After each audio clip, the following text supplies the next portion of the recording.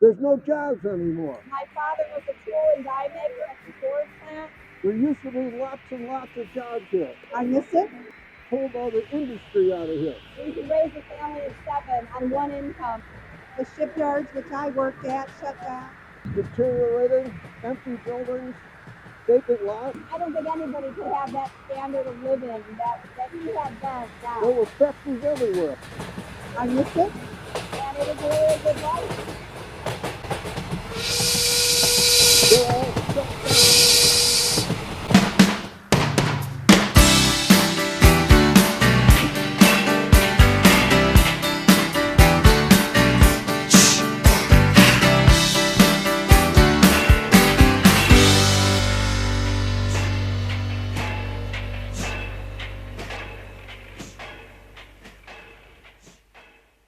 Our story begins here.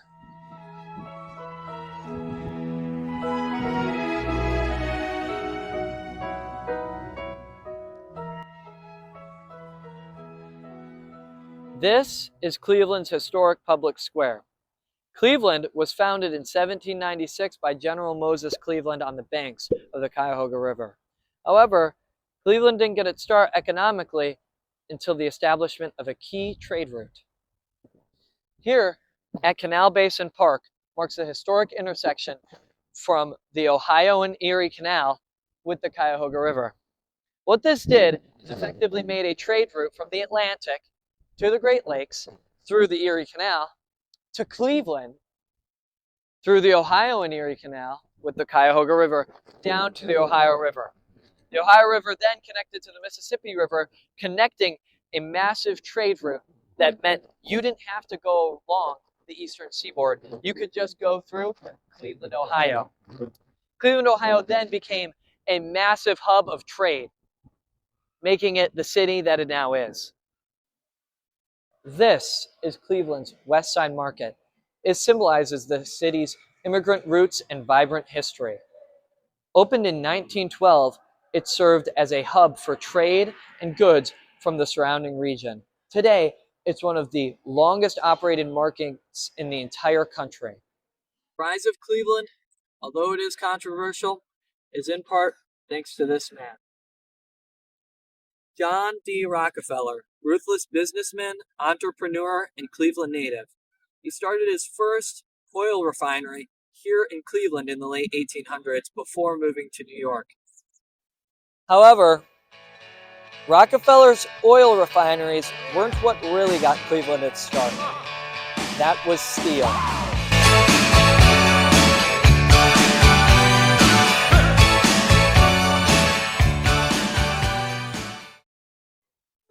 In the mid-19th century, when iron ore was discovered in Michigan, Cleveland's access to coal, as well as transportation, both by boat and by train, made it the perfect spot for steel manufacturing.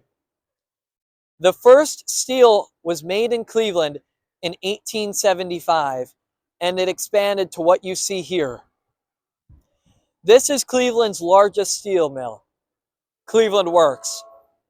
Owned by Cleveland Cliffs, this steel mill has employed thousands of workers for decades and remains one of the only steel manufactories left in the city. This is how Cleveland Cliffs transported their cargo across the country. This is the William G. Mather. This vessel served as Cleveland Cliffs' flagship during its peak.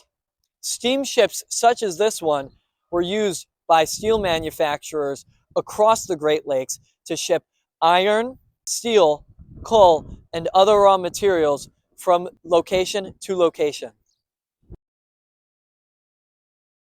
This is Terminal Tower. In 1926, when Cleveland needed a new grand building to represent their hub of railway lines, they built the second tallest building in the entire world in just over a year. This represents Cleveland's massive rise to stardom. Although this might not look like much now, this was once the site of a grand factory owned by none other than Republic Steel. Founded in 1899, Republic Steel was one of the largest steel manufacturers in the entire country. second to only US Steel. The steel made here, in this city, and around the country built America's bridges, railroads, and skyscrapers. It won us the war in Europe and in Japan, building ships, tanks, and weapons. At its peak, Republic Steel brought in tens of thousands of workers in Cleveland alone every single day. Unfortunately, by the 60s and 70s, it was looking downhill for Republic Steel. Changing economic policies, foreign competition, and automation led to the downfall of American steel manufacturing. Tens of thousands of people lost their jobs, and Republic Steel was no more.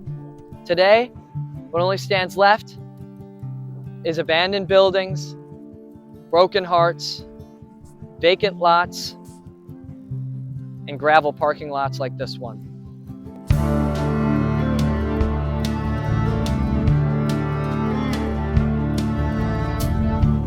Unfortunately, as the steel manufacturing died out, so did the Great Lakes shipping. And so, the William G. Mather, which served Cleveland Cliffs for decades, is now just a museum. Here on Carter Road Bridge, we overlook the river that not only fueled Cleveland's rise, but also part of its fall. This beautiful river was once lined by industry, factories, refineries, shipping, the likes. But that also meant that the river was one of the most heavily polluted rivers in the entire world and caught on fire numerous times throughout the 50s, 60s, and even into the 70s. In 1969, one of these fires, further downstream, caught national headlines and was put on the front page of the New York Times. The entire country became aware of Cleveland's River of Fire. What this led to was the creation of the EPA and the Clean Water Act of 1972, as well as a national park further downstream to protect the entire river.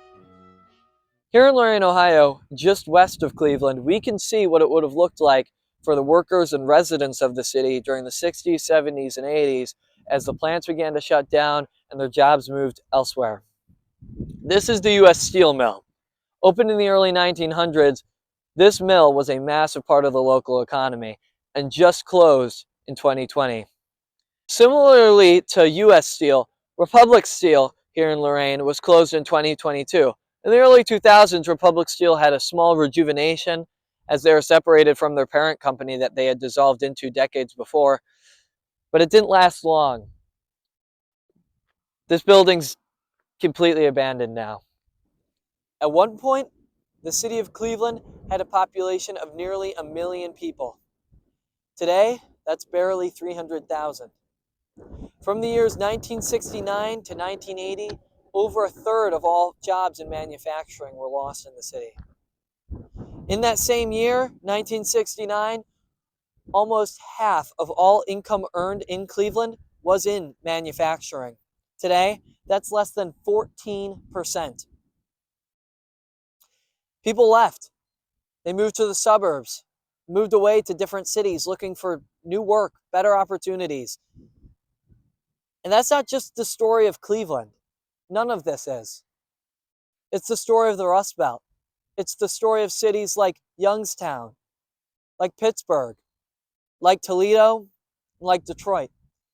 Cities that were once beautiful, grand, that won our nation its wars, that brought us to the forefront of global economy and power. Today, these cities are shells of their former selves, and many of the factories that brought us greatness as a nation lay in ruins.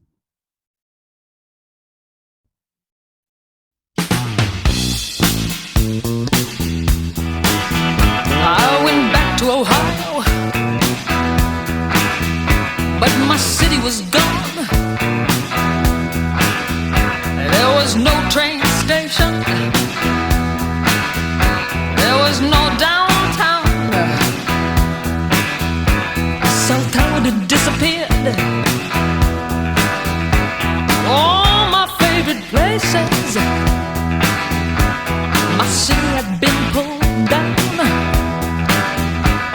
reduced to a parking They said, hey, oh, where to go, Ohio?